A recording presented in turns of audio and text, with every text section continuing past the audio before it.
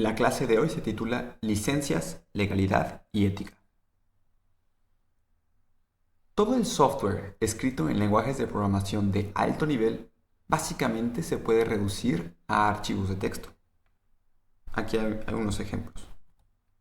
El primer ejemplo es una página web estática donde tenemos un título, una breve descripción y si damos clic aquí nos lleva al siguiente sitio con el mismo título, una liga a un video de YouTube que se puede reproducir aquí mismo y una descripción del video. Si observan bien, se habrán dado cuenta de que las partes de afuera del sitio web no cambiaron.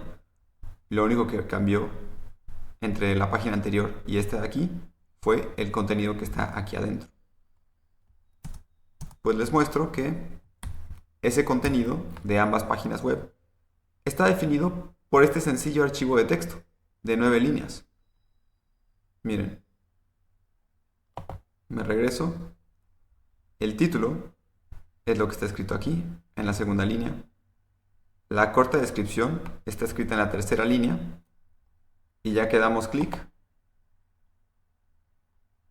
la liga al video de YouTube reproducible se encuentra en la séptima línea y la descripción es la novena línea. ¿De acuerdo? Entonces, este sitio web se puede reducir a un montón de archivos de texto. De hecho, aquí les puedo mostrar un poco de cómo es la estructura de las carpetas de este sitio web. Bueno, eso era un sitio web estático. ¿Qué pasa con los sitios web interactivos? Aquí tengo un software, que es un sitio web interactivo, que nos dice que tomemos a esta flecha por la punta, demos clic y la cambiemos de lugar. Y nos muestra las coordenadas con dos puntos, con dos décimas después del punto decimal. ¿De acuerdo? Pues resulta que ese software es simplemente este código de unas 330 líneas. Para mostrárselos, voy a cambiar un poquito este archivo de texto y en vez de que las coordenadas aparezcan con 2 decimales, voy a pedir que aparezcan con 5. Vuelvo a ejecutar el sitio web y ahora cuando doy clic y arrastro en la punta, me muestra las coordenadas de la flecha utilizando 5 decimales en vez de 2. ¿De acuerdo? Entonces modifico un archivo de texto y cambia el comportamiento del software. Y esto no solamente se queda en sitios web, sino que llega a prácticamente todo el software que usamos a diario. Por ejemplo, en mi interfaz gráfica tengo una configuración que hace que si yo aprieto las teclas Super y V, abra una terminal. Déjenme mostrarles esto. Acabo de activar un software que va a mostrar lo que estoy tecleando. Presiono Super V, abro una terminal. Super V, abro otra. Super V, una tercera, etc.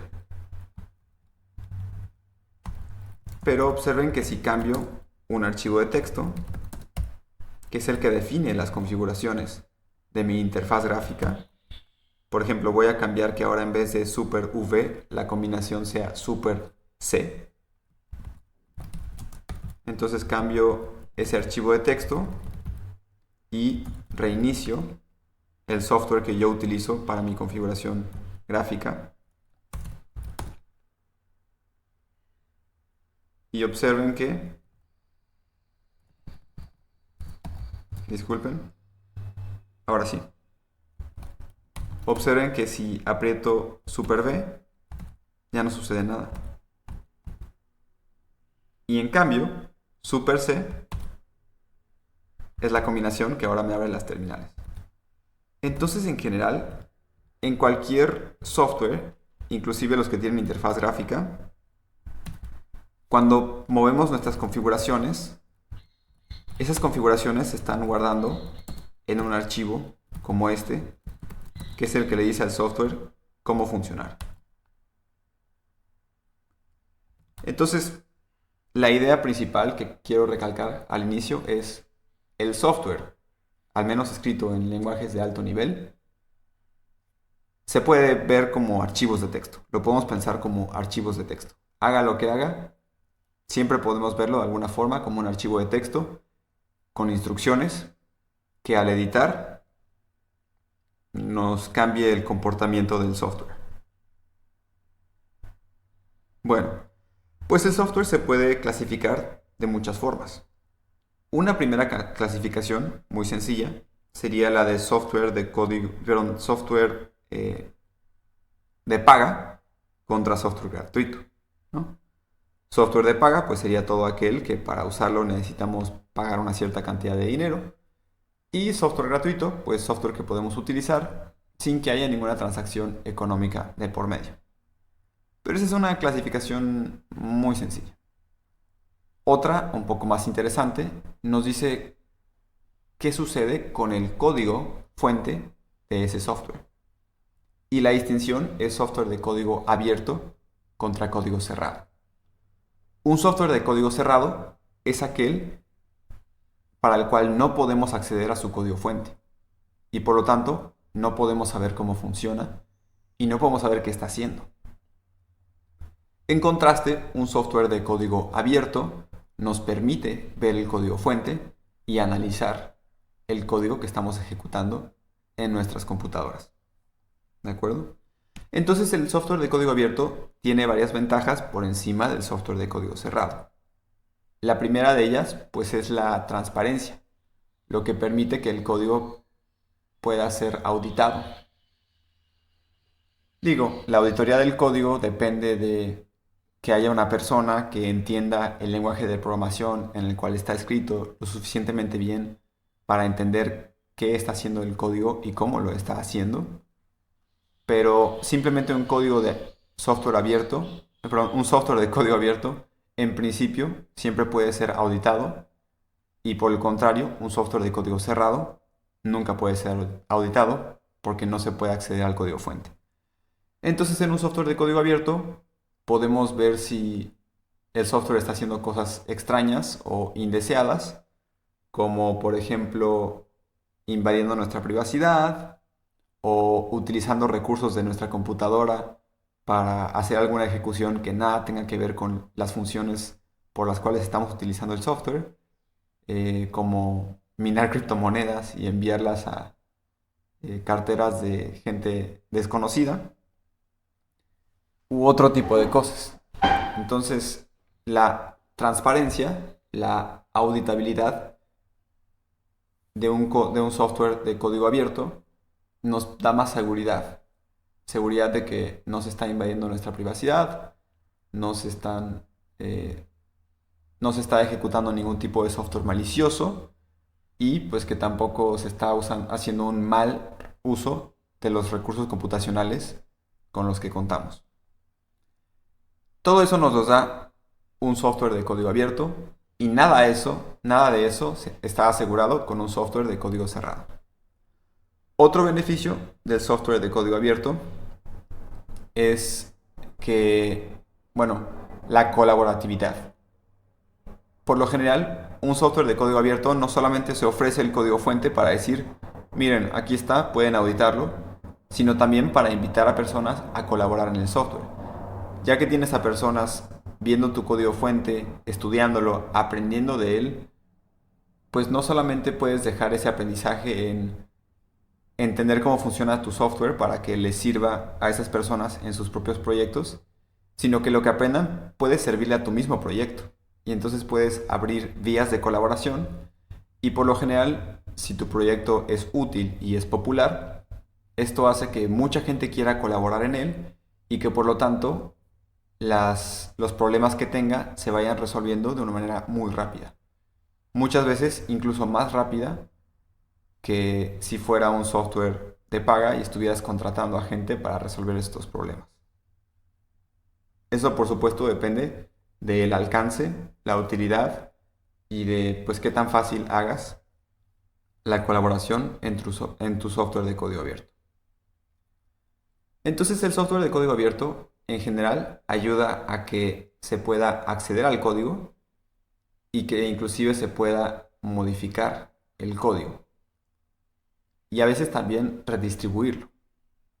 Hay muchas licencias, a lo que llegaremos en un momento, de código abierto que te permiten no solamente modificar un proyecto para colaborar en él, sino modificarlo para hacer tu propia versión y luego poder redistribuir esa versión o hacer algún otro uso de ella.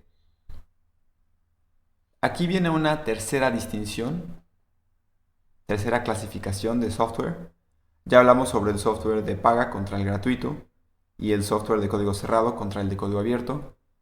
Una tercera clasificación es el software privativo contra el software libre. Básicamente, el software privativo es aquel que te priva de ciertas libertades, la más básica siendo poder ver el código que estás ejecutando en tu computadora, pero también, por ejemplo, poderlo redistribuir de forma gratuita. Y más aún que cuando se redistribuya, el software derivado que se forme a partir de software libre también sea software libre. ¿De acuerdo? El software libre es una clasificación un poco más filosófica y ética, mientras que el software de código abierto se queda en cuestiones más prácticas.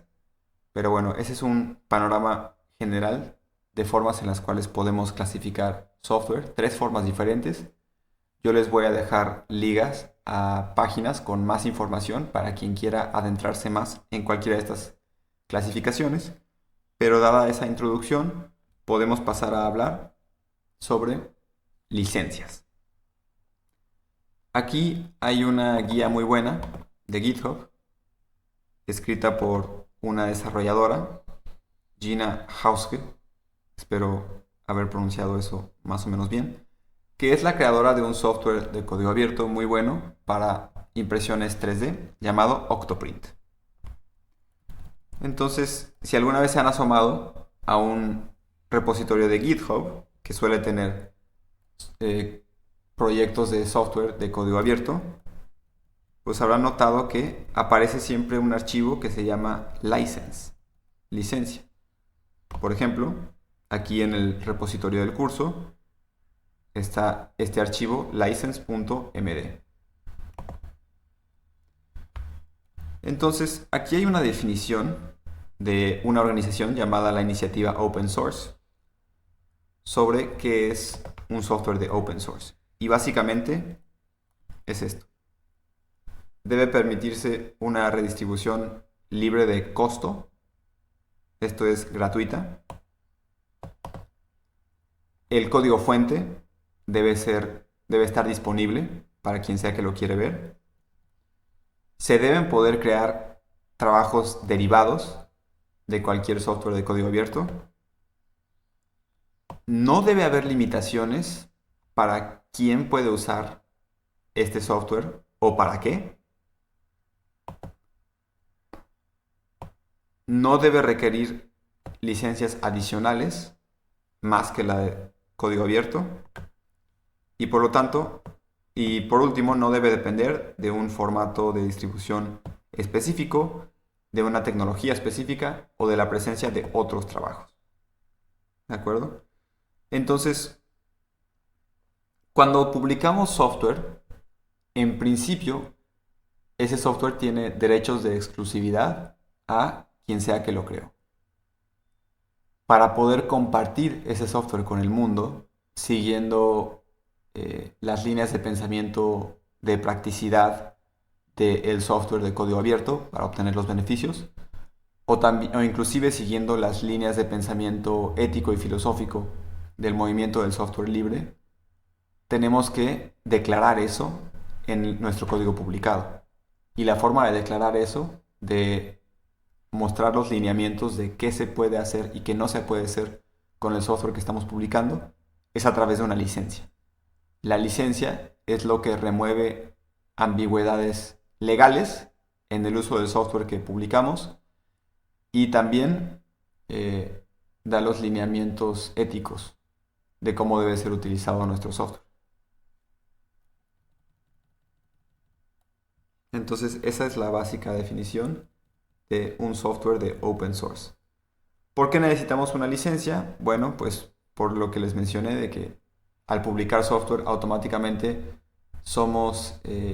tenemos derechos exclusivos a eso, y si lo que queremos compartir con el mundo, pues tenemos que dar claros lineamientos a quien sea que quiera hacer uso de ese software, de qué formas puede hacerlo.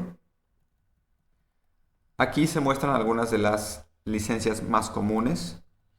Algunas se les llama copyleft, que son aquellas que siguen la filosofía del software libre y que pide que cuando se realicen trabajos derivados de software con este tipo de licencia copyleft, entonces todo el trabajo derivado también tenga una licencia copyleft. Y así se vayan creando cadenas de software copyleft, copyleft, copyleft, y haya más software disponible para una mayor cantidad de personas. A esto se le llama viralidad. Entonces, en general, las licencias copyleft son virales. Hay otras licencias de software de código abierto que son permisivas, así se les conoce. En este tipo de licencias no es necesario que todo el trabajo derivado tenga el mismo tipo de licencia que el trabajo original. El trabajo derivado para las licencias permisivas puede ser privativo, si así se desea, incluso puede ser de paga. Ojo que software de código abierto y software de paga no son excluyentes. Al final de la clase vamos a ver un ejemplo. Entonces, este tipo de licencias también son de software de código abierto, también requieren que el código fuente esté disponible, que se pueda auditar, que se pueda colaborar, etc. Pero no exige que los trabajos derivados de este software de código abierto utilicen el mismo tipo de licencia, sino que puede haber restricciones mayores en los trabajos derivados y por lo tanto se pierde esta noción de viralidad. Por último están las licencias entre estos ejemplos hay muchas más licencias, pero las últimas que ponen son las de Creative Commons, que son muy comunes, por ejemplo, si alguna vez han hecho un video de YouTube o algo así. Y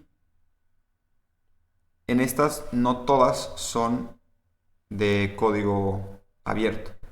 Por ejemplo, esta de aquí, que prohíbe el uso comercial de lo que sea que lleve la licencia Creative Commons con esta cláusula NC, ya no califica como open source. Y también la ND, la que dice que no se pueden realizar trabajos derivados de lo que sea que tenga esa licencia Creative Commons con la cláusula ND. Sin embargo, si tiene nada más alguna o ambas de las primeras dos cláusulas, una es que requiere que se diga quién realizó el trabajo y la otra es que es el módulo de viralidad, que todos los trabajos derivados deban compartirse con la misma licencia Creative Commons y con esta misma cláusula de viralidad llamada Share Alike. Mientras nos mantengamos aquí, el código podrá seguir siendo open source. Con estos ya no. Y bueno, hay un montón de otros tipos de licencias. Aquí hay un pequeño resumen. Se los voy a compartir para que puedan leer más al respecto, tanto de la filosofía open source y sus beneficios, como de la filosofía de software libre y pues también sus beneficios. ¿De acuerdo? Ahora, en la última parte de la clase, lo que quiero que hagamos es que definamos rápidamente cómo es que el software que utilizamos en este curso está clasificado de acuerdo a estas tres diferencias. Si es software de paga o software gratuito, si es software de código cerrado o de código abierto, y por último, si es software privativo o software libre. Por supuesto, estas clasificaciones son un espectro. De paga y gratuito quizás sea un poquito más binario, aunque pueda haber modelos, no sé, de suscripción o formas de conseguir software de paga sin pagar por él. Por ejemplo, tal vez te piden que respondas a algunas encuestas o que compartas tus datos de forma anónima, etc. Software de código cerrado y código abierto y software privativo y software libre. Bueno, pues aquí depende de qué tipo de restricciones hay sobre la forma en que se puede observar, modificar y compartir el software. Entonces empezamos con Julia. Vamos a investigar qué tipo de software es Julia. Tengo aquí abierto el repositorio del curso. Voy a abrir esta parte de Julia y vamos a ver dónde está el repositorio de Julia. Vamos a ir a la documentación.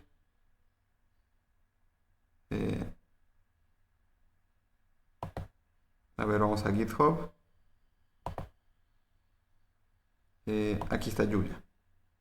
Este es el repositorio del lenguaje de programación Julia. Y como GitHub es un repositorio de software de código abierto, pues ya podemos empezar pensando que es de código abierto. Para ver qué licencia tiene, vamos a irnos aquí. Y vemos que tiene una licencia de tipo MIT. Esta es muy permisiva.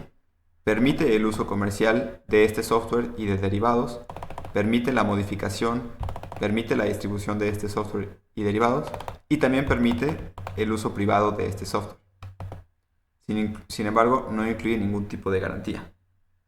Entonces, esta licencia MIT es de código abierto, sin embargo, no es de software libre, porque permite algunos usos como el comercial, es decir, convertirlo en software de paga, el uso privado y en general cualquier tipo de uso para los trabajos derivados.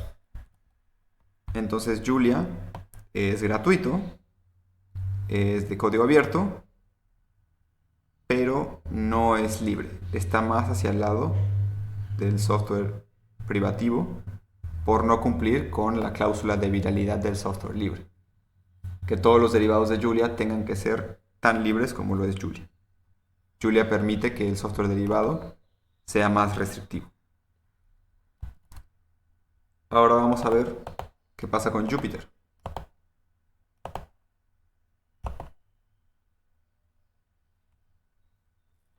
Mejor lo abro en otra ventana. Aquí está Jupyter. Vamos a buscar el código fuente. A ver, seguir en GitHub. Aquí está el proyecto de Jupyter. Me voy a meter a ver Jupyter Notebook, que es lo que más utilizamos de este proyecto. Nuevamente, este es el repositorio de Jupyter Notebook. Y vemos que tiene un archivo de licencia que nos dice que este tiene una licencia BSD modificada. Déjenme buscar rápidamente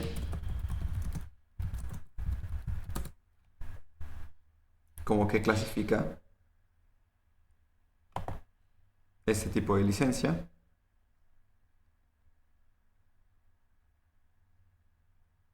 Bien, dice que es de código abierto, sí, pero no estoy seguro si es de software libre. A ver, déjenme regresarme aquí un segundo. Aquí venía algo sobre las licencias BSD. Yo no soy abogado, experto legal, etc. Solo quiero dar una breve introducción a este tema, porque el día de mañana que ustedes trabajen software van a poder decidir qué tipo de licencia quieren que tenga. Entonces BSD parece ser más permisiva.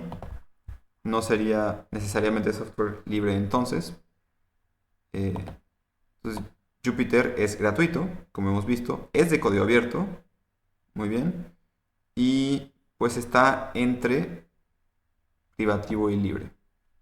Tendría que meterme a ver con más detalle la definición de ese tipo de licencia BSD modificada. Ahora veamos sobre iJulia. iJulia, a ver, editar en GitHub.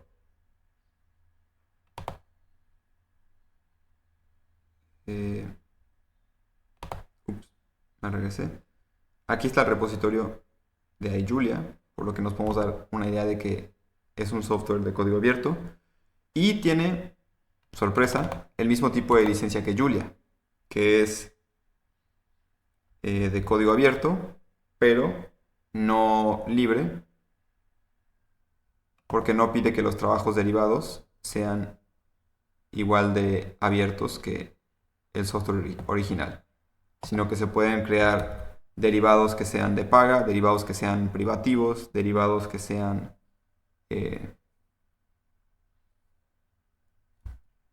¿cómo más? De uso comercial, etc. Bien, ahora nos vamos con Pluto, que no lo hemos usado a esta altura del curso, pero lo vamos a usar más adelante. Es otra manera de hacer cuadernos interactivos, notebooks, solamente que tiene algunas diferencias con Jupyter Notebook. Vamos a ver el archivo de licencia. Tiene una licencia MIT también. Muy bien, bueno, eso no debe sorprendernos.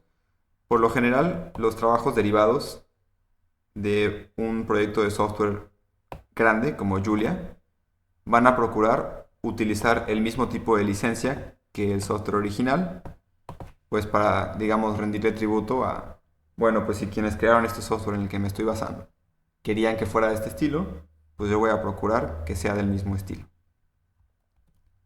Ahora veamos qué pasa con Git.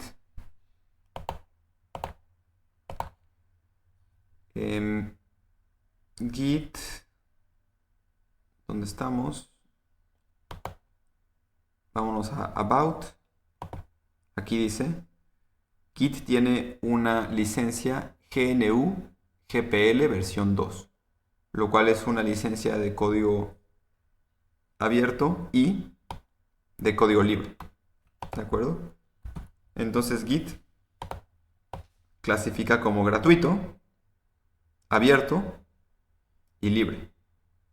Lo ponemos por acá. Ahora pues quiero hablar un segundo sobre Telegram, que es la aplicación de mensajería que utilizamos en el curso. En sus preguntas frecuentes mencionan que todas sus apps del lado del cliente, es decir, la que se instalan en celulares, computadoras, etc., son de código abierto. Se puede ver el código abierto, auditar y verificar que es exactamente el mismo que publican para descarga. Que sin embargo, el código del lado de los servidores, el que maneja todo el intercambio de mensajes, no es abierto, es cerrado. Argumentan que es porque no provee garantías de seguridad, porque pues no hay manera de probar que el código que publiquen sea el mismo que tienen en sus servidores, porque tendrías que meterte a tus servidores a ver, y esa no es una buena práctica de seguridad. O tendrías que tú montar tu propio servicio, pero seguiría siendo algo independiente al que Telegram utiliza para dar sus servicios. Entonces Telegram sería un ejemplo de un software que está a la mitad entre gratuito y de paga, porque hay suscripción, membresía para tener algunas funcionalidades extra. A la mitad entre código cerrado y código abierto, porque el código de la aplicación sí es abierto, pero el código del servidor es cerrado. Y pues creo que estaría en privativo. Entonces Telegram estaría por acá. Lo voy a hacer un poquito más pequeño para que se pueda seguir viendo.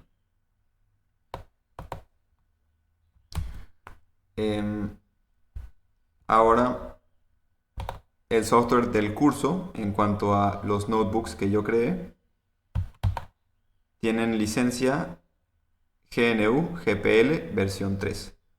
Es decir, son software gratuito.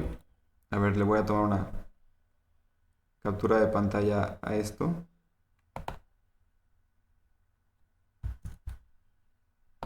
Esto servirá.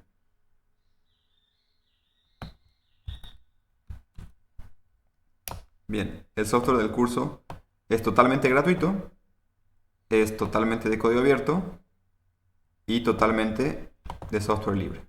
Entonces queda aquí. Yo le puse esta licencia porque como mi objetivo es que este material educativo esté disponible para la mayor cantidad de personas posible, pues a mí sí me interesa la viralidad y me interesa que si en algún momento se hacen trabajos derivados de los notebooks que yo he creado para este curso, esos trabajos derivados también tengan que ser abiertos, gratuitos y libres para así crear una cadena de viralidad y que se creen más recursos educativos de programación, en este caso. Tengo otros repositorios de otros cursos como álgebra lineal que también tienen software libre por la misma idea de propagar la creación de material educativo. Y por último, este software que está aquí se llama Journal++. Es el que estoy utilizando en este momento para hacer esta pequeña ilustración. Y aquí tengo abierto su repositorio de GitHub, lo cual nos da una idea de que es software de código abierto. Y la licencia vemos que es GNU GPL. Entonces, Journal++ también es software gratuito, de código abierto y libre. ¿Vale? Por último, quería mencionarles que hasta el final de la presentación del curso puse en la bibliografía complementaria un libro llamado Software Libre para una Sociedad Libre, que es una colección de ensayos. Bueno, aquí se descargó a mi computadora. Es una colección de ensayos por el creador del movimiento del software libre, Richard Stallman, donde ahonda más en las cuestiones filosóficas y éticas del software libre y cómo es que contrasta con los otros tipos de software, el de código abierto, el privativo, etc.